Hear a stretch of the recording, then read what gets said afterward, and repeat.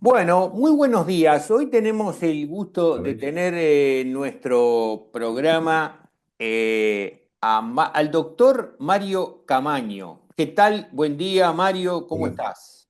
buenos días, muy bien, esperando estar interrogado por ti y Interrogado, darte no, vamos a algunas hacer ideas una charla que hemos amistosa. traído, algunas ideas que nacieron acá y después concretamos en nuestro domicilio de Argentina desde hace 50 años, pero que las hemos reconstruido con muchos compañeros sobre un aspecto que, si bien es pequeño, mereció nuestra atención y dejar el testimonio de lo que habían hecho los trabajadores de la salud en el MLN. Vos estás viviendo ahora en Diamante desde hace 50 años. 50 años. En Diamante queda 40 kilómetros al sur, sobre la margen a la margen del río Paraná, en Entre Ríos. Ahora, vos hiciste tu carrera de medicina en el Uruguay. Yo soy uruguayo de Castillos Rocha y el secundario allá fui la segunda generación que hubo en Castillos del Liceo Oficial. Y el preparatorio lo hice en San Carlos. Y mi director y futuro suegro fue ahí Walter Schettini, Mm. que después fue presidente del Consejo de Secundaria, Nacional de Secundaria. Y que después vino el, el nunca bien nombrado Julio María Sanguinetti, cuando tenía 32 años y era abogado y ministro de Pacheco Areco, y lo destituyó diciendo con unos carteles que tiró junto con un bombazo que rompió todos los libros, los vidrios de nuestras casas, que decía por entregar al comunismo. Pero él no era una persona, no tenía ningún vínculo político con los Tupamaros. Él fue Y, siempre de una trayectoria ballista, de un sector progresista, que yo creo que la mayor parte pasó al movimiento nacional, a los Tupamaros. Mucho Mario, ballista. Mario, retirate un poquitito de la pantalla porque ahí, Ahí está. bajás un poco la pantalla porque te toma muy sobre el borde. La pantalla, ahí está, perfecto. Ahí. Ahí, buenísimo. Mario, contame, vos fuiste muy joven, profesor adjunto de cirugía. ¿Cómo se vincula tu carrera de médico y cirujano con la política y específicamente con los Tupamaros? Mira, en esa época todo había habido una gran efervescencia política en la juventud que eh, la trajo a escena la Revolución Cubana, evidentemente. Entonces, todas esas inquietudes que teníamos los estudiantes, que a veces teníamos que luchar por las leyes universitarias o presupuestos, y, y esas situaciones fue, fue increciendo, aumentando la ebullición, y aparecieron numerosísimos grupos, eh, ya resistiendo a la agresión física de distintas maneras, y esos grupos progresaron en la organización y se unificaron. Prácticamente toda la izquierda se pasó a ser parte del movimiento de liberación nacional. Pero fue una formación progresiva, de estudiantes, anarcosindicalistas, intelectuales. Eh, incluso, pero me parece que a posteriori vino la adhesión de los sectores de izquierda de los partidos tradicionales. Incluso la, los católicos se dividieron. La Unión Cívica Conservadora Clerical quedó como era, pero gran parte de ella también emigró al MLN. Y, y de esas reuniones surgió. el- Incluso en un momento dado hubo un documento que, con el cual salió a la luz la organización. Y después el otro aspecto que hay es el nombre, de dónde salió el nombre de Tupamaros.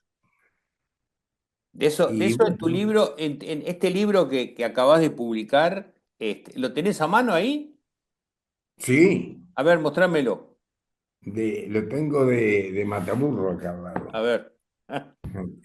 A ver, levantalo para que se vea bien. Ahí va.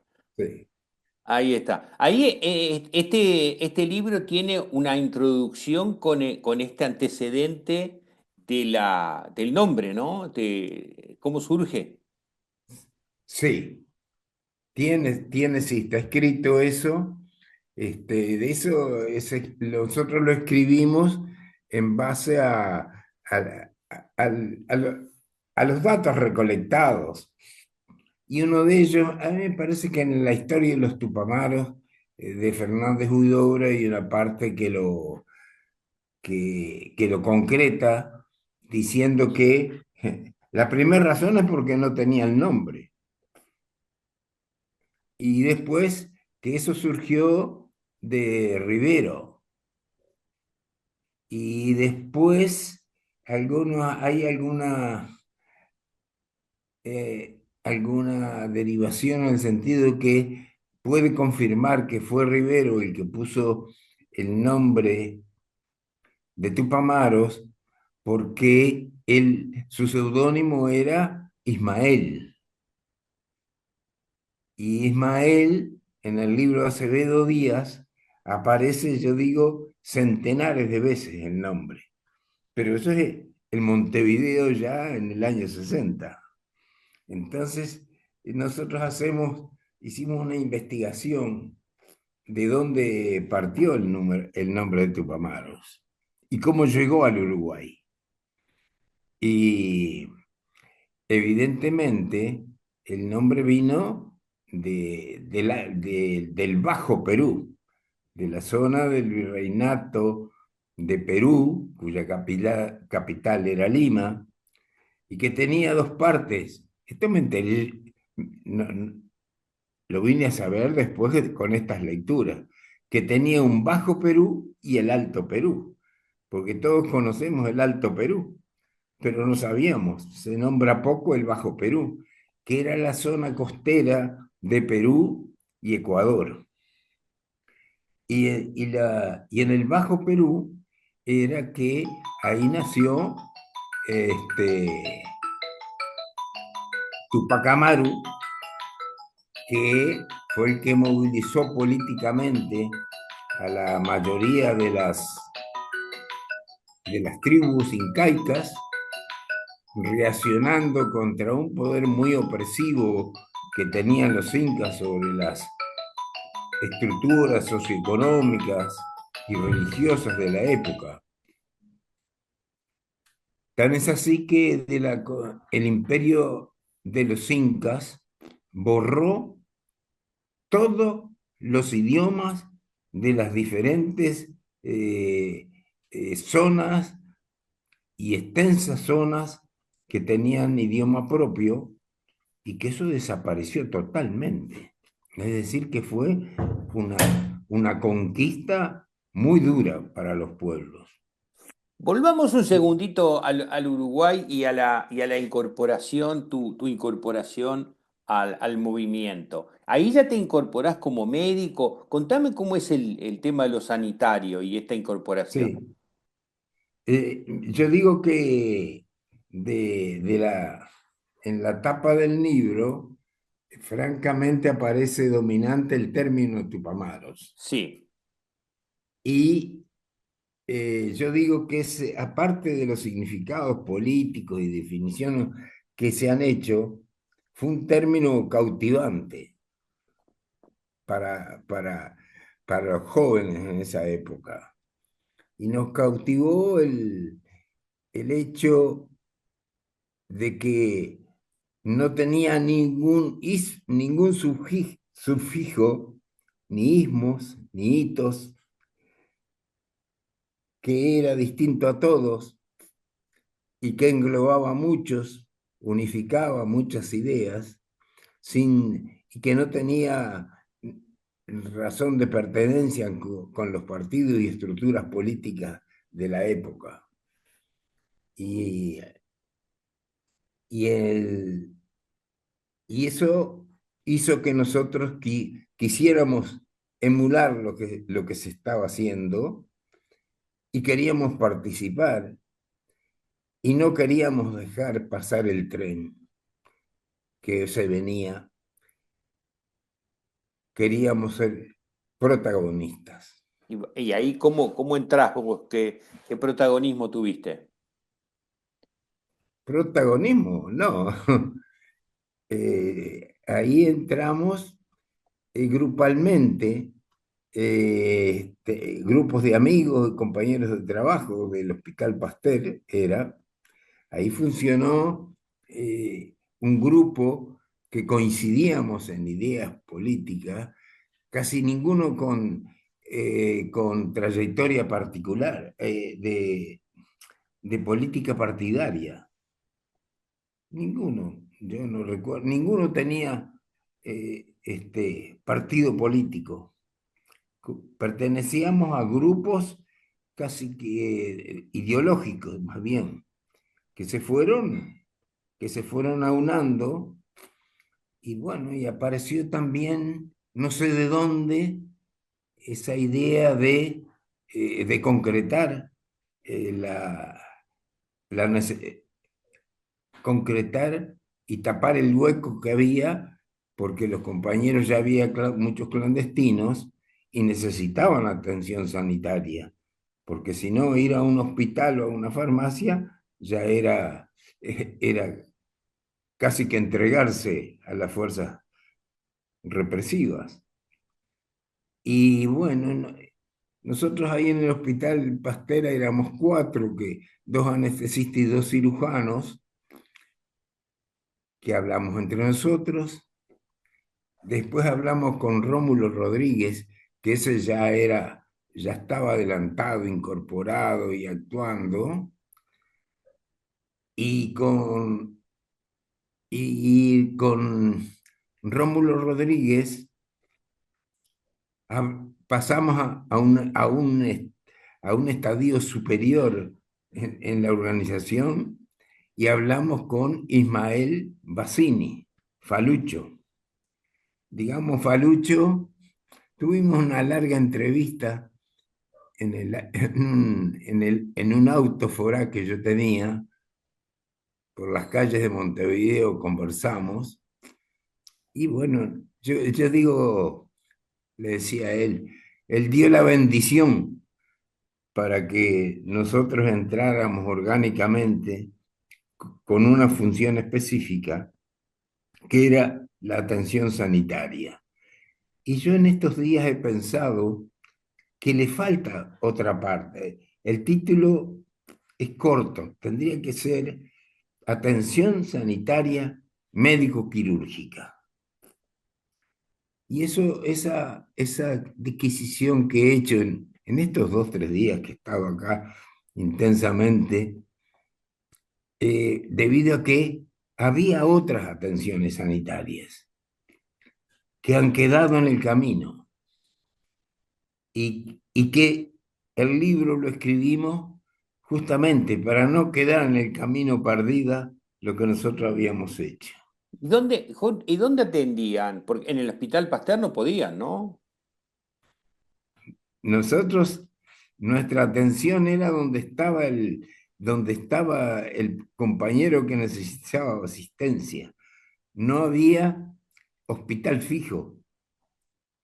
Y eso nos ayudó mucho, fue parte de la compartimentación y de la clandestinidad, que de esa forma se disminuían mucho los riesgos de las entrevistas.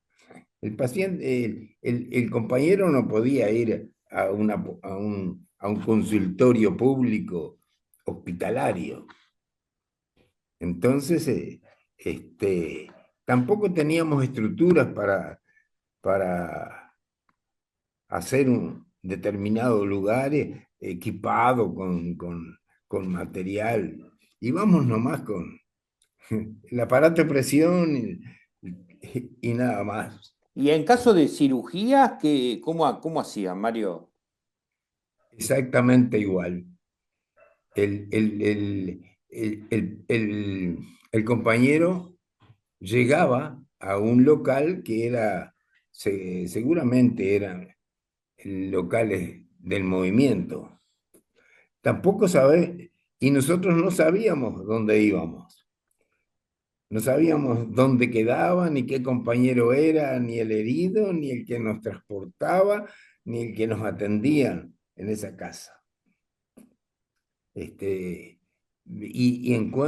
de esos, yo tengo 3 o 4 lugares a los cuales fui, pero, pero así una noción macro del asunto, es decir, fui para el barrio tal, o tal, pero el lugar en sí, el domicilio, totalmente O desconocido. sea, que estaban compartimentados. ¿No te alejarías un poquito de la pantalla porque se te corta hasta... Sí. Ahí está. Mario, ¿vos también estuviste en clandestinidad o nunca te... No, yo disparé antes, yo fui un fugitivo. Ah, Yo digo que fui un fugitivo porque además salí sin ningún elemento que pudiera mostrar como con una presentación de que yo había sido algo en el movimiento. No fui ni perseguido ni nombrado por la prensa y muy pocos compañeros me conocían, casi que nos desconocíamos entre sí. Y eh, entonces, pero el senador Dura, que era casado con la tía de Edith, mi mujer, nos llamó, me dijo, te tienes que ir, que era en el momento ese de que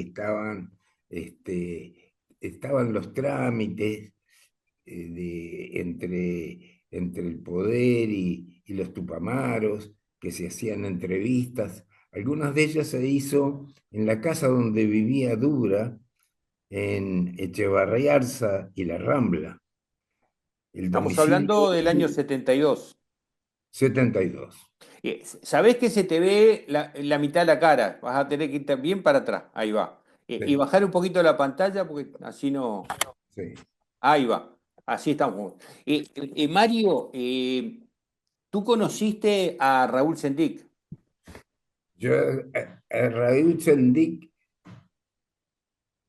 lo conocí porque le hicimos la cirugía, digo yo, de remodelación facial. Me niego a decir que sea cirugía plástica, porque los cirujanos plásticos corrigen defectos, sean congénitos o traumáticos o tumorales. Yo no hice nada de eso. Yo quería, yo no, nuestros compañeros querían cambiar el rostro, la imagen, para ayudar a que no se les reconociera físicamente. Y entonces yo le decía que nosotros hicimos una cirugía de demolición y después reconstrucción. Y eso, contanos un detalle de eso, porque a ver si lo entendemos bien desde el punto de vista médico, en qué consistía y en qué circunstancias fue ese encuentro. No, fueron múltiples, porque operé varios acá en Montevideo, pero ahí, de eso sí, no tengo la menor idea dónde los operé. ni quién me llevó. Entré y salí compartimentado en forma total. Y tampoco me conocieron ellos a mí, porque hubo casos que yo sé que me buscaban y no me encontraron, porque yo tenía la cara tapada con un gorro, como, como que usamos en sala de operaciones, tapaboca y gorro. Me veía los ojos nomás y manos con guantes generalmente, así que no sabían. Pero a Raúl Chendic lo conociste cuando te encontraste con Ah, él. eso fue distinto. Fuimos con Enrique Vázquez, que era el anestesista, fuimos a Paysandú. Y en Paysandú fuimos en la onda. Llegamos de tardecita. Traje, traje gris, corbata, camisa blanca y un portafolio negro. Eso tuvo consecuencias a la vuelta cuando llegamos de madrugada, porque había un grupo de muchachos que nos gritaban, mormones, hijo de puta, porque teníamos esa vestimenta. Primero no sabía que gritaban y después nos dimos cuenta, mormones esto, mormones lo otro. Y era nuestra vestimenta. Yo tenía traje gris, pero Enrique no tenía traje, pero compró uno. Y fuimos a Paysandú. Llegamos de tardecita y más tarde llegaron el grupo que eran, yo creo que eran 7 u 8 peludos, que venían de los montes del Queguay. Y se armó una conversación, un grupo, una rueda que conversaba y en ese momento Enrique Vázquez me codió y me dijo, ese es el bebé. Yo no lo podía creer. No podía creer que fuera ahí, que él estuviera en eso. Y después, pobre, ahí operamos a Carlos Martínez, Martillo Varela, que eso ya sabíamos quién era por era el sobrenombre que tenía además. De ahí otro más, un preso común que fue captado y convencido y un gran compañero, y eso supimos porque tenía cicatrices horizontales en los brazos y en el pecho y en el abdomen, que eran las autoinfligidas para ir a la enfermería. Y ese fue un gran compañero y falleció. Y después apareció un nombre en el libro de la subversión. Ese libro, para el que habla y quiere escribir algo, yo digo que es imprescindible. Es un libraco alto, grande, con día y hora de todas las acciones que ellos hacían y que anotaban, con lo cual demostraban que querían primero conocer al enemigo. Y creo que es una regla que ellos cumplieron y que fue parte, en gran parte fue motivo de la derrota militar. Y ahí ha sido una fuente ese libro maldito ha sido una fuente de datos irrefutables. Tan es así que, bueno, cambiamos de tema, vamos a no cambiar de tema. Vamos a seguir con la cirugía de Paysandú. Sí, pero vamos a hacer ahora un pequeño corte de unos minutos. Nos volvemos a encontrar en 5 minutos y seguimos con la cirugía en Paysandú. ¿Te parece? Bueno.